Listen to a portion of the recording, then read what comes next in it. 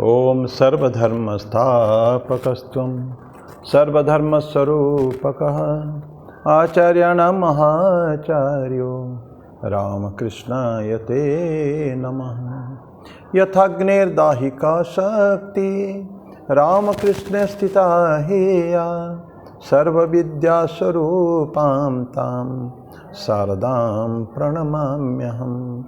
परतत्त्वे सदा लीनो रामकृष्ण समाज्ञया यो धर्मस्थापनरतो वीरेशं तं नमाम्यहम्। वीरेशं तं नमाम्यहम्।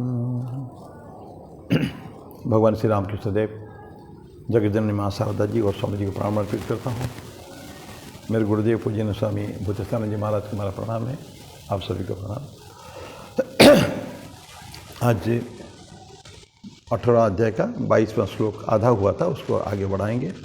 पर एक भगवान शिव जी का अभी भी सावन का महीना चल रही है, तो अभी भगवान शिव जी का एक भजन। शिव शिव भव भव शरणं मम भवतु सदा तव स्मरणं।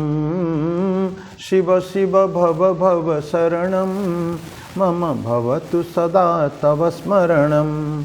गंगाधर चंद्रचूड शिव गंगाधर चंद्रचूड शिव जगन्मंगल विश्वनीड। गंगाधर चंद्रचूड जगन्मंगल विश्वनीड।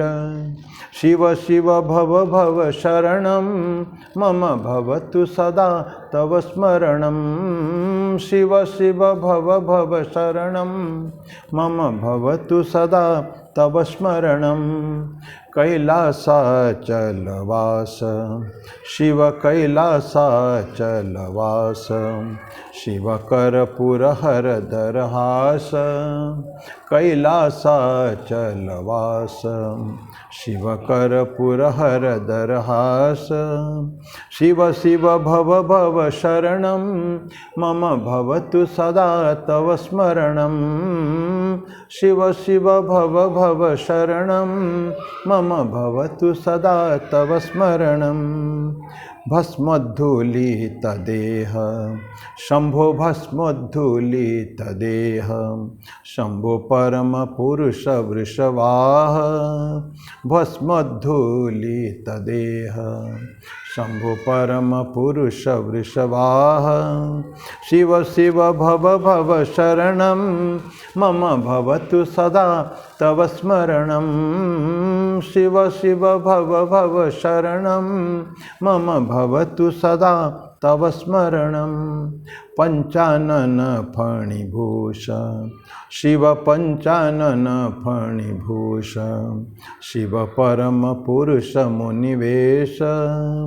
पंचानन फणिभूष शिव परम पुरुष मुनिवेश। शिव शिव भव भव शरणं मम भवतु सदा तव स्मरणं। शिव शिव भव भव शरणं मम भवतु सदा तव स्मरणं।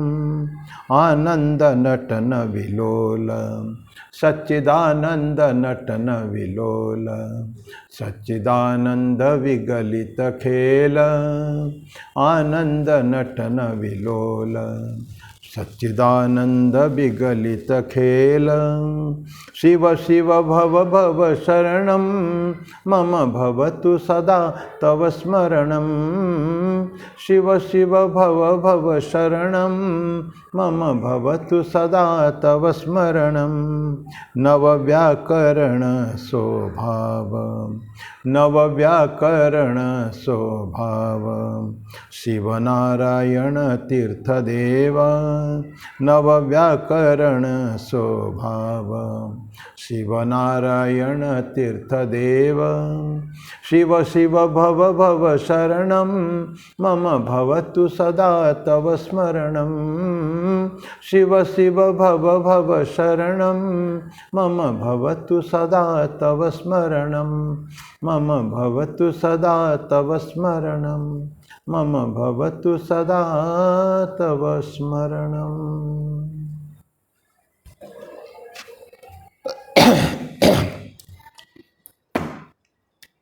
ये सब भजन कोरस में गाया जाता है बेसिकली। 22 में पढ़ेंगे सुर, फिर इसको सुर का आधा हो गया था। यत्तु कृष्ण वदे कस्मिन् कार्य सक्तम अहेतुकम अतत्वार्थ वदल्पम च तत्तामसम उदाहृतम।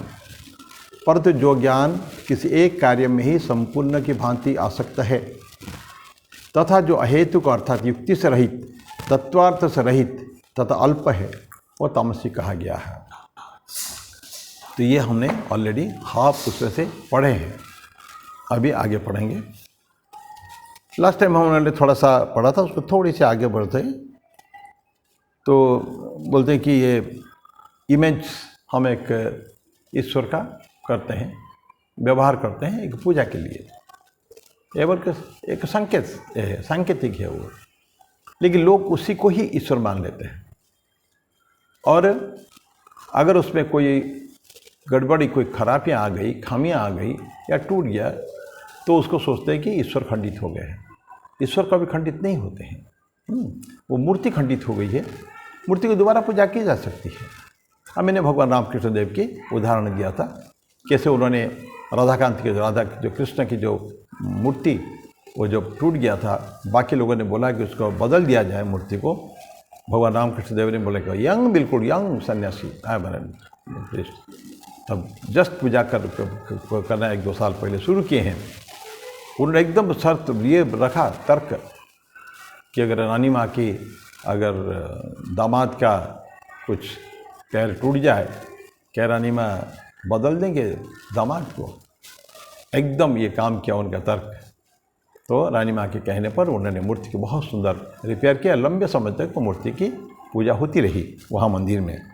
तो ऐसा, तो लोग वही सोचते हैं कि जो एक पर्टिकुलर एंटिटी ले लेते हैं उसी को ही अपने ऊपर से मान लेते हैं। लेकिन वो जानना चाहिए कि जो शरीर जो है, शरीर तो एक मात्र माध्यम मात्र है। आध्यात्म का शरीर एक माध्यम है। शरीर माध्यम खलु धर्म साधनम, शरीर है करके हम लोग धर्म साधन करते हैं। शरीर नहीं रहेगा हमारे, ये जो हाड़ मांस के शरीर नहीं रहेगा, तो फिर हम ऐसे भी नहीं कर पाएंगे, क्योंकि हम नहीं रहेंगे, फिर हमारा ही अंत हो जाएगा उसके शरीर के साथ साथ। तो लेकिन जितने दिन हम हैं, इस शरीर को माध्यम बनाकर हम लोग पूजा कर रहे हैं। और ऐसे भी कहते हैं this body is a temple of God. तो इसलिए उसको बड़ा केयर लेना चाहिए। कुछ लोग उसका केयर ठीक से शरीर का नहीं लेते हैं, बीमार पड़ते हैं। तो फिर पूजा में भी हानि होती है, विडम्बना होती है, पूजा नहीं ठीक से हो पाती है इसी शरीर से। अगर ये शरीर अगर अस्वस्थ हो गया तो फिर उसको पूजा करना मुश्किल है। तो वो लोग ये सोचते नहीं हैं कि भगवान जो है इस से शरीर से भी बहुत ऊपर है। शरीर एक छोटा सा माध्यम है और ईश्वर महान है। केवल हम अपने को शरीर को माध्यम बनाकर ही पूजा करते हैं, ईश्वर की पूजा करते हैं। तो भगवान ही सबसे ऊपर है। ये जो सत्य है, ये उन लोगों के समझ में नहीं आती है। ये जो लोग मानते हैं कि ये शरीर ही सब कुछ है, या मूर्ति, इमेज जो है, प्रतीक जो है, वही सब कुछ ऐसा मानते हैं। वो नहीं समझ पाते हैं हमारा ईश्वर हमसे बहुत ऊपर है, हम तो बहुत नीचे हैं। हम तो ये समझ नहीं पाते हैं। और गॉड इज ट्रूथ, ईश्वर ही सत्य है। ईश्वर सत्य है, सत्य ईश्वर है। ईश्वर और सत्य का एक पर्यायवाची हम लोग उसको कहते हैं, यूज़ करते हैं। तो ये है, ये इंडेस्ट्रक्टिबल, ये अविनाशी है। ईश्वर अविनाशी है, शरीर नाशवान हो सकता है, ईश्वर अविनाशी है। तो ये क्या सत्य है। और ये अत्यंत ऑल पावरफुल है, शक्तिशाली है। हम कहते हैं ईश्वर को omnipresent, omniscient, omnipotent. Omnipresent पता है सर्वत्र विद्यमान, ओमनिशिएंट सर्वज्ञ, सब जानता है, और ओमनीपोटेंट सर्वशक्तिमान, सर्वविद्यमान, सर्वशक्तिमान, सर्वत्र अवस्थित। ये सब बातें जो ईश्वर की बातें हैं, ये उन लोगों के समझ में नहीं आती है। और ऑल पावरफुल और ऑल मर्सीफुल भी है, दयालु भी, दया का सागर है ईश्वर। उसके बारे में चर्चा नहीं करेंगे, अनंत बार चर्चा हो चुकी है। ईश्वर हमारे जब अवतार होते वो भी करुणा के अवतार है। भगवान श्री रामकृष्ण देव, भगवान बुद्ध थे, भगवान चैतन्य थे, ये सब सारे भगवान कृष्ण, भगवान राम थे, सभी के सभी ये सब करुणा के अवतार, दया के अवतार है। करुणा घन बोलते हैं, दया घन, करुणा घन, ये उनको बोला जाता है। ऑल पावरफुल, ऑल मर्सीफुल, और रियलिटी सत्य है। और उन्होंने वो जो शक्ति है, हम तो केवल एक छोटे से आधार मात्र है, अनंत ऐसे ही उन्होंने बहुत सारे ऐसे उपाय बनाए हैं, वेरियस वेज ईश्वर आराधना के, या हमारे रास्ता विभिन्न, एक नहीं है, अनेक है। जतो मत ततो पथ, भगवान रामकृष्ण देव ने कहा था। जितने मार्ग मत है, जितना वे जो है, हिंदुइज्म इज्म जितना है, ये सब एक एक पथ मात्र है। सारे ईश्वर की आराधना करने के बाद भगवान रामकृष्ण देव बोले थे कि जतो मत ततो पथ, as many ways, as many sects so many ways. तो हम किसी भी मार्ग में जा सकते हैं। तो रास्ता भी अनेक हमको दिया गया है, और जो भी हमको सूट करे, सभी रास्ता सभी को सूट नहीं करता है। मुझे एक रास्ता में जाने का अच्छा लगता है, मैं उस रास्ते में जाऊंगा। किसी को डिफ़िकल्ट मार्ग है, वो जाएगा उसमें। कोई सरल मार्ग नहीं चाहते हैं, कष्ट मार्ग, कठिन मार्ग में जाना चाहते हैं, एक चैलेंज लेते हैं उनके लिए। ऐसे आपको उदाहरण बहुत मिलेंगे आपको। चैलेंज है वो, सरल रास्ते में जाओगे तो ठीक वो इस अपने टेस्ट जो है ना, परीक्षा नहीं होती है। हमारी जो टेनासिटी, हमारी जो पावर शक्ति कितनी है, हमारे अंदर कितने वो है ईश्वर को पहुंचने के लिए अदम्य उत्साह जो होना चाहिए, जो है कि नहीं, ये सब परीक्षा भी उसमें हो जाते हैं। फिर भी जिसको जो रास्ता वो अच्छा लगता है उस रास्ते में जाते हैं। और जो इग्नोरेंट, जो अज्ञान व्यक्ति, जो अज्ञान व्यक्ति जो है, वो क्या कहता है, ये सोचित तो सोचता ही नहीं कभी भी। तो कुछ वो सोचता है कि नहीं, हम ही सब कुछ है। ईश्वर ऑल पावरफुल, ऑल मर्सीफुल, सब कुछ होने, अनंत शक्तिशाली सब कुछ है, लेकिन उन्होंने हमको विभिन्न मार्ग दिए हैं। लेकिन वो व्यक्ति, साधारण व्यक्ति जो संसार में जो है, वो उसका नकार देता है, ईश्वर की शक्ति को नकार देता है। वो क्या बोलते हैं, मैं ही सर्वशक्तिमान। बहुत पहले हम लोगों ने इसके ऊपर थोड़ी चर्चा की थी। लोगों ने जो है कैसे, एक तो अन्यत्र ये सब चर्चा हुई है। स्वामी पूजनीय स्वामी बिरजानंद जी महाराज का एक परमार्थ प्रसंग है, उनमें उन्होंने इस चीज़ को चर्चा की है। तो उससे उस चर्चा में नहीं जाते हम। वो क्या होता है, अपने को ही सब कुछ मान लेता है। जिससे लोग हमारे हिंदुइज्म में महाराज बोलते हैं, हमारे हिंदुइज्म में जो पंडित लोग होते हैं या कुछ ऐसे पृष्ठ ईश्वर के होते हैं, वो ईश्वर से बड़े अपने को समझते हैं।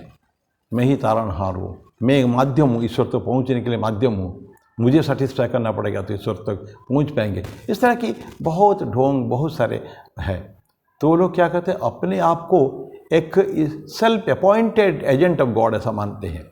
मैं ईश्वर का प्रतिनिधि हूँ मैं, और मैं अगर सेटिस्फाई नहीं रहा तो आप ईश्वर तक नहीं पहुँच सकते। ये भावनाएं उनके मन में है और है। आप जाकर देखिए, बड़े बड़े तीर्थों में देखिए ना, पंडित को आप पैसा देना पड़ेगा, नहीं तो वो आपको रास्ता नहीं देगा। आपको ठीक पहुँच जाएगा नहीं। भगवान का दर्शन करना मुश्किल है, प्रसाद पाना मुश्किल है, हर चीज़ में एक अड़ंगा बन के, एक रोड़ा बन के वो आपके सामने खड़ा हो जाएगा वो। तो ऐसा बोलते हैं कि वो अपने का अपना सेल्फ अपॉइंटेड चैंपियन बोलते हैं, एजेंट ऑफ भगवान का है। और सारे शक्ति का जो फेथ, विश्वास हमारा है, उसको डिफेंड करेगा, मतलब उसी की अधिकारी, मेन अधिकारी, ऐसा सोचकर ये किसके लिए है? सिर्फ भक्तों से, निरीह भक्तों से पैसा इकट्ठा करने का, अदा करने का, इसका उसका काम है। तो ये अगर हम समझ जाएं तो फिर उनके चक्कर में, चंगुल में कभी भी नहीं आए। और इसी चक्कर में कि मैं समाज की सेवा कर रहा हूँ, ईश्वर के पास समाज तक पहुँच जाता हूँ, इस चक्कर में क्या करता है, बहुत हानि पहुँचाता है, बहुत क्षति पहुँचाता है समाज को। ऐसे ऐसे लोगों से बहुत तकलीफ़ें हुई हैं। ये सो कॉल्ड क्या कहते हैं, एजेंट्स ऑफ गॉड। आज संसार में जो वैमनस्य, जो आपस में धर्म के बीच में जो युद्ध है, ये हमारे अवतारों ने कभी नहीं चाहा होगा कि ऐसा युद्ध हो। लेकिन ये हमारे आपस में लड़ के, ये हमारे धर्म में जो विभाजन जो हो रहा है, ये सब घटनाएं आज जो हो रहा है, इसका मूल कारण है हमारे जो एजेंट्स जो है होते हैं, धर्म के ठेकेदार जिसको कहते हैं आजकल, ऐसे होते हैं। तो ऐसा हमको इनके इस चक्कर में हमको पढ़ने की आवश्यकता नहीं है। वो सारे बर्बाद करते हैं सब। तो अब क्या हो गया इसमें, वो व्यक्ति हमको लीड कर रहा है, ऐसे होता है ना। वो व्यक्ति खुद ही अंधा है, जानता नहीं है, वो इतना कॉम्पिटेंट नहीं है, लेकिन अपने आप को समझ बैठा बहुत बड़ा। तो नाउ इट बिकम्स एक उदाहरण कि अंधे का द्वारा एक अंध व्यक्ति अंधों को रास्ता दिखा रहा है। शास्त्र में है, कठोपनिषद में है कि अविद्यायाम अंतरे वर्तमान स्वयं धीरा पंडितम मन्यमान दंद्रम्यमाण पर्यंति मूढ़ा अंधे नैव नियमाना यथांधा है।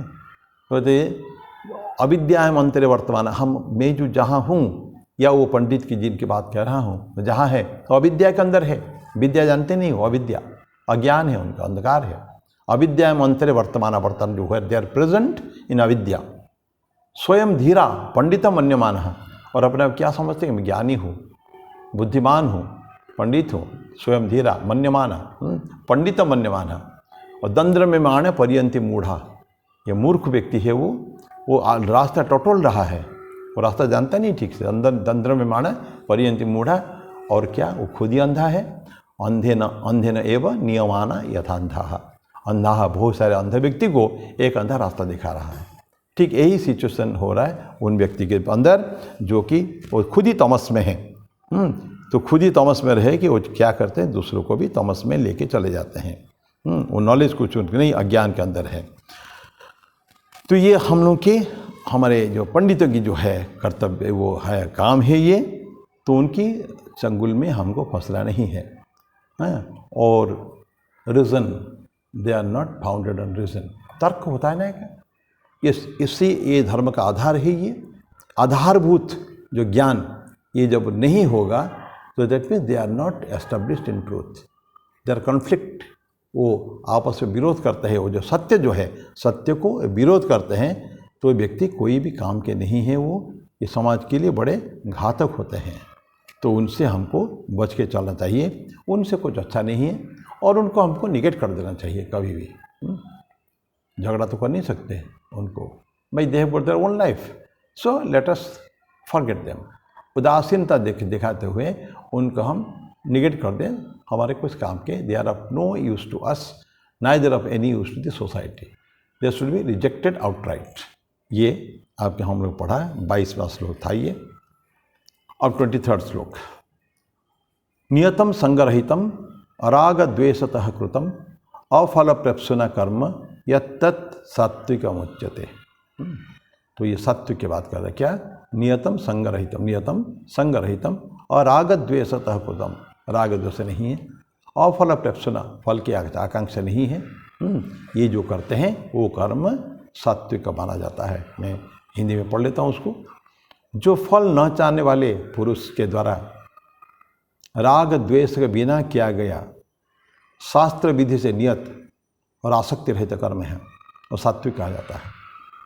कई सारे डिफरेंशन दिया, और ये सारे चीज़ हम लोग विभिन्न स्थान में पढ़े हुए हैं। जो फल न चाहने वाले, कर्म योग में हम लोग ऑलरेडी पढ़ ही चुके हैं। कर्म कैसा होना चाहिए? अनासक्त, और फल की आकांक्षा नहीं करना, और हम ईश्वर के समर्पित कर दें उसको। हमारा कुछ नहीं, मेरा कुछ नहीं, ना हम, तुम ही हो। मैं कुछ नहीं हूँ, तुम ही हो सब कुछ। सारे श्रेय, बिकॉज गॉड इज अल्टीमेट, और हम लोग केवल एक मार्ग है, रास्ता है। तो बोलते हैं कि ऐसे हम कर्म करने का है, इसको और आगे पढ़ेंगे। See the same truth is repeated so many times in Bhagavad Gita and many other shastras. तो उसके लिए चिंता करने की जरूरत नहीं है। पुनः पुनः पढ़ें, जितना पढ़ेंगे उतना हम ब्रेन में उतना हैमरिंग होगा, और हम समझ पाएंगे उसको। We can be more and more established in that truth. तो सत्य में ज़्यादा प्रतिष्ठित होने के लिए जितना ज़्यादा सुनेंगे उसमें कोई बुराई नहीं है। तो वही बोलते, क्या बोलते हैं कि जो फल न चाहने वाले पुरुष के द्वारा, उस पुरुष को फल की आवश्यकता नहीं है।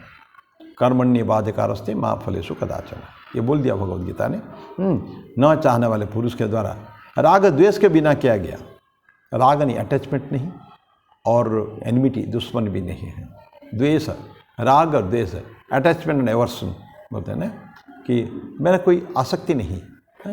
राग नहीं मतलब कोई अटैचमेंट नहीं है उसके, और द्वेष भी नहीं है हमको। द्वेष क्यों करेंगे? साधारण, बिल्कुल ऐसा नॉर्मल, बिना राग द्वेष के किया हुआ है। शास्त्र विधि से नियत, ठीक ठीक, विधि अनुसार काम होना चाहिए, अविधि पूर्वक नहीं है। भगवान कृष्ण नेत्र बोलते हैं कि मुझको तुम पूजा करो। 9वां अध्याय में है कि अनन्य चिंतनतमाम ये जना पर्युपासते तेषाम नित्याभियुक्तानाम योगक्षेमम भाम्यहम्। लेकिन फिर आगे भी वो बोलते हैं चल के केवल कि जो व्यक्ति अन्य देवता को पूजा करता है वो भी मुझको पूजा करता है, लेकिन अविधिपूर्वक है। मुझको वो भी मुझको ही पूजा करता है, पाना उसको मुझसे ही है। वो जो देना है मैं ही देता हूँ। आप पूजा करेंगे ना छोटे छोटे देवताओं को, किसके लिए? कुछ प्राप्ति के लिए, नेचुरली इसीलिए तो करते हैं ज़्यादातर लोग। डिटैचमेंट में नहीं है, फल नहीं चाहना ऐसा नहीं है, फल चाहते हैं ज़्यादातर लोग। फल की आकांक्षा करते हुए काम करते हैं। तो क्या करते हैं? छोटे छोटे देवता की पूजा करते हैं। और छोटे देवता छोटी चीज़ दे सकता है, उनका जो फाइनेंशियल पावर होता है ना ऑर्गेनाइजेशन में, तो उनका उतना ही होता है। भगवान कृष्ण बोलते हैं कि सारे ये बहुत बड़ा, जैसे हम एक उदाहरण लेना, हम प्राइम मिनिस्टर के पास जाएंगे, मोदी जी के पास कोई प्रोजेक्ट, उनके पास बहुत कैपेसिटी है, वो बहुत कुछ दे सकते हैं। और अगर मिनिस्टर के पास जाएंगे वो क्या लेगा उससे? वो भी तो he will get sanction from the PM. Then अगर मिनिस्टर से नीचे स्टेट मिनिस्टर को जाएंगे या डिप्टी मिनिस्टर असिस्टेंट कोई है उसके पास जाएंगे तो और कम मिलेगा। ऑफिस में जाएंगे किसी गवर्नमेंट ऑफिस में, प्रिंसिपल सेक्रेटरी, उसके बाद सेक्रेटरी, उसके बाद अंडर जॉइंट सेक्रेटरी, उसके बाद एडिशनल सेक्रेटरी, अंडर सेक्रेटरी, जितना हम कम लोगों को पूजा करेंगे या जाएंगे उनके पास, ये उनको कम से कम हम मिलेगा। And all that comes from that source. इसे भगवान कृष्ण बोलते हैं कि मुझको भी वो लोग जो अन्य देवता की पूजा करते हैं मुझको ही करते हैं, बट अविधिपूर्वकम। ठीक है, तो ये यहाँ भी ऐसे ही बोलते हैं। बोलते हैं शास्त्र विधि से होना चाहिए, जो नियम है शास्त्र का एक पर्टिकुलर वे है, उससे अलग नहीं हो सकते। हाँ, हमारा शास्त्र इतना साइंटिफिक है। सारे चीज़ मंत्र पाठ से लेकर हमारा जो कर्मकांड जो है, ये जो कर्मकांड उपासना कांड एक समय में बहुत पावरफुल था, जिसको आगे चल के खंडन किया आदि शंकर ने। कर्मकांड के महान प्रकांड पंडित थे मंडन मिश्र, तो उनको उनके शास्त्रार्थ करके उनको खंडन किया, अपनी अद्वैत वेदांत को प्रतिष्ठित किया आदि शंकर ने। ये अलग बात है, लेकिन कर्मकांड आज भी है, धीरे धीरे वो लुप्त हो रहा है। काफ़ी काम हो चुका है। तो लेकिन है उनका that it is got a particular procedure. यही उपाय में होना है। विवाह का, उपनयन का, कोई भी संस्कार जो हमारा शांति स्वचयन करते हैं, प्रत्येक में विधि होती है। तो अहेतु को अतः युक्त, हाँ बोलते कि शास्त्र विधि से नियत और आसक्ति रहित कर्म।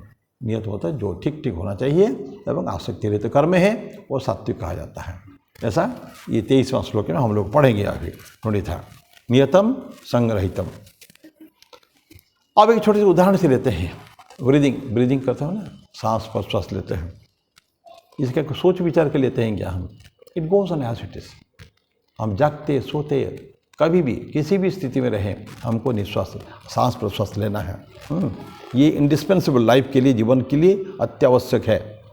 एंड इट इज़ विथ कोई लव और हैट्रेड कुछ नहीं है। मैं प्यार से, प्रेम से मैं सांस लूँगा या अपने आप से दुश्मनी करके सांस लूँगा, ये तो होता ही नहीं है। हमको सांस लेना है, it's a natural process, so you to take it. इस ये है ना एक उदाहरण, छोटे से उदाहरण। और ड्यूटी जो है ऑर्डेन, जो हमारे लिए विधि पूर्वक जो है, ये आपको करना है।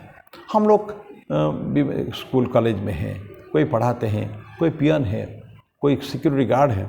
से प्रत्येक ऑर्गेनाइजेशन में, जीवन में, विभिन्न स्टेशन में we are given a particular duty, एक पर्टिकुलर कर्तव्य हमको दिया जाता है करने के लिए। कोई भी हो, एक जो तथाकथित जो चर्मकार जो होता है, जूता सिलता है, वो भी इम्पोर्टेंट है। समाज में वो जो मल उठाने वाला आजकल नहीं रहा है, उसको ख़त्म हो गया, जिसको भंगी मेहतर जिसको कहते हैं, उनका भी एक समय बहुत महत्व था। स्वामी जी बोलते हैं वो व्यक्ति बहुत ही नीचे दर्जे का समाज में माना जाता था। घर के आगे वाले दरवाजे को उसके एंट्री डिनाइड था, मना था। वो कभी भी किसी घर के सामने वाले दरवाजे से नहीं जा सकता है, आता है पीछे के दरवाजे से उस समय। क्योंकि मल उठाता था, टीन में वो मल को उठा के लिए अपने सर के ऊपर लेके जाता था। पर वो भी महत्व, स्वामी एक जगह बोलते हैं, मनुष्य का विभिन्न कार्य का महत्व को समझाते हुए कि वो मलवाहक जो है एक दिन में अगर कोलकाता में स्ट्राइक कर दें तो यहाँ महामारी फैल जाएगी। क्यों, क्या मतलब? वो अगर बंद कर दिया, आपके घर में स्टॉक मॉल भर गया, आप टॉयलेट नहीं जा सकते हैं, आगे का काम नहीं कर सकते हैं, तो वो every day he has to clean it, that's a process. तो इसी तरह बोलते हैं किसी का भी कोई काम हो, प्रत्येक को एक एक ड्यूटी दिया गया, ऑब्लिगेटरी ड्यूटी, आपको करना पड़ेगा वो काम, समझ में। और प्रत्येक का महत्व है। जब जात पात का ही जो हुआ, ब्राह्मण क्षत्रिय वैश्य शूद्र, जानते हैं, ब्राह्मण को कुछ कर्म दिया गया, वैश्य को कर्म दिया गया, भगवद गीता में सारे डिटेल में है।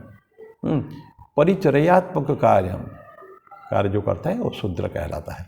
परिचर्या, लोगों की सेवा अर्चना, सेवा करना लोगों के। बाकी कोई ज्ञान देंगे, कोई युद्ध करेंगे, कोई वाणिज्य व्यापार वाणिज्य करेंगे, लेकिन ये जो व्यक्ति शूद्र जो है वो भी लोगों के परिचर्या का काम करेंगे। क्या बोले? विभिन्न प्रकार सेवा, मेनियल जॉब जिसको कहते हैं, घर में काम करना, वो भी आवश्यकता है। उसके बिना घर चलेगा क्या? अगर नौकर अगर है घर में, बाजार से सब्जी ला के नहीं दिया, गैस अगर ठीक समय में नहीं आया, और अगर बर्तन अगर ठीक से समय में नहीं धुला, अगर हम करते तो बात अलग है, लेकिन जो करता है वो भी इम्पोर्टेंट है। तो हर काम को हर समय में करने पर एक कोऑर्डिनेशन एक होता है, अनेक विभिन्न व्यक्तियों के कोऑर्डिनेशन होता है। इसलिए बोलते हैं कि जो ड्यूटी हमको दिया है इसको ठीक ठीक एग्जीक्यूट उसको करना चाहिए, ठीक मैनर में। एक उपाय होता है उसके, उस हिसाब से करना चाहिए। और ये अपने जो ड्यूटीज अपने स्टाटस की, सोसाइटी के स्टाटस के हिसाब से दिया जाता है, किसको क्या ड्यूटी है। एक जैसे छोटा सा हम स्कूल में एक एग्जांपल लें, छोटे बच्चों का जो गणित है, क्लास 2-3 का जो गणित होता है, उनको सिंपल टेबल सिखा दिया, जोड़ घटा और थोड़ा सा कुछ बताया।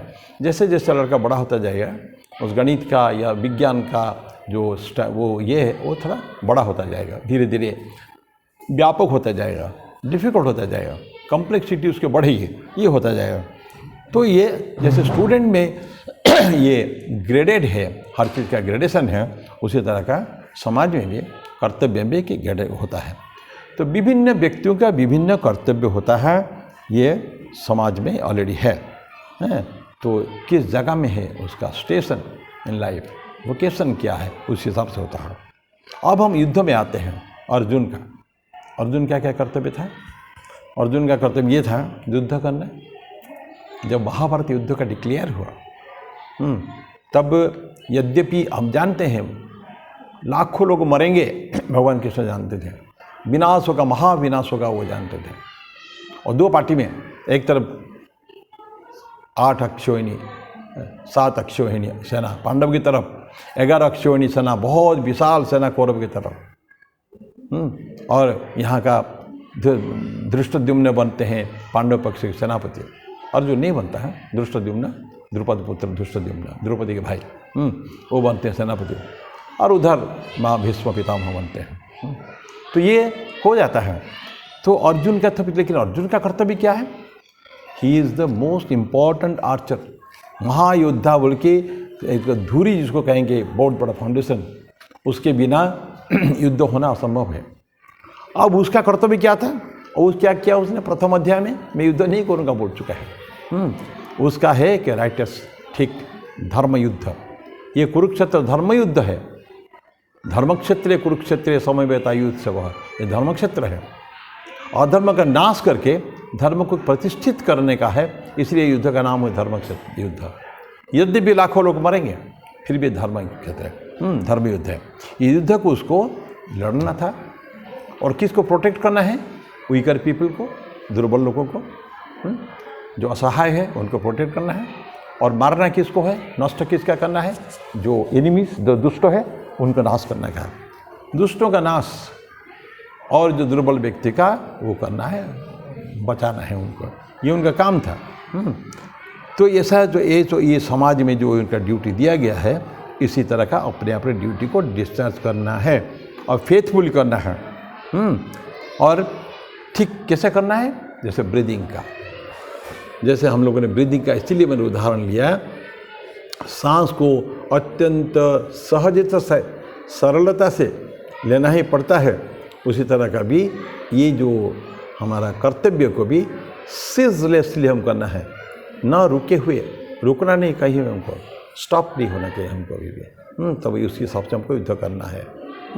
तो ये यानी अत्यंत सहजता से करना है, और कर्तव्य का तो निर्वहन जो है, इसमें कोई सेल्फिश कंसिडरेशन नहीं है, स्वार्थपरता कुछ है नहीं। अर्जुन कोई विशेष स्वार्थ के लिए नहीं करना था, धर्म को रक्षा करना है बस। और धर्म रक्षा के लिए सारे का भगवान कृष्ण वो तो सारथी थे, लेकिन उन्होंने क्या किया, युद्ध तो खुद ही शस्त्र नहीं उठाया, लेकिन उनका क्या सोचना था कि धर्म की रक्षा होनी चाहिए, अधर्म का नाश होना चाहिए। और उस तरफ कौरव तरफ सारा अधर्म है, भीष्म पितामह है, द्रोणाचार्य है, कृपाचार्य है, सभी ने दुर्योधन का साथ दिया है। तो सबसे उनका लीडर तो दुर्योधन है, लेकिन दुर्योधन की मदद करने वाले कौन है, भीष्म पितामह, द्रोणाचार्य, कृपाचार्य। तो भगवान कृष्ण ने सोच लिया, बोल दिया कि पहले जो अधर्म को अंतिम में नाश करेंगे, जो मुख्य जो है, उनको मदद करने वाले जो हेल्पर जो है, उनको पहले नाश करेंगे। तो शुरुआत होती है भीष्म पितामह से, बाकी लोग मरते हैं। बड़े सेनापतियों में सबसे पहले भीष्म पितामह 10th डे में, 10वां दिन में जाके 10 दिन तक 18 दिन युद्ध से 10 डेज भगवान भीष्म पितामह युद्ध किए हैं, और उसी दिन 10th डे में वो गिरते हैं। तो उसके बाद फिर और धीरे धीरे करना बनता है, और बनते हैं, ये सब होता है। तो ये जो लोग जो किए हैं, उन सबको पहले भगवान कृष्ण ने नाश किया। द्रोणाचार्य को हटाया, भीष्म पितामह हटाया, कर्ण को हटाया, ऐसा हटाया। तो बोले अंतिम में दुर्योधन ही तो लास्ट पर्सन टू डाई, अंतिम व्यक्ति ना, बाकी सब मर चुके थे, वो अंतिम व्यक्ति है, वो मरता है। तो इसलिए बोलते हैं सारे काम को ठीक ठीक समय में करना है, कोई कंसिडरेशन नहीं रहेगा। ड्यूटी फॉर ड्यूटी सेक, कर्तव्य के लिए कर्म के लिए, कर्तव्य के लिए कर्म, कर्तव्य का कर्म हमको करना है, इसको हमको ध्यान रखें।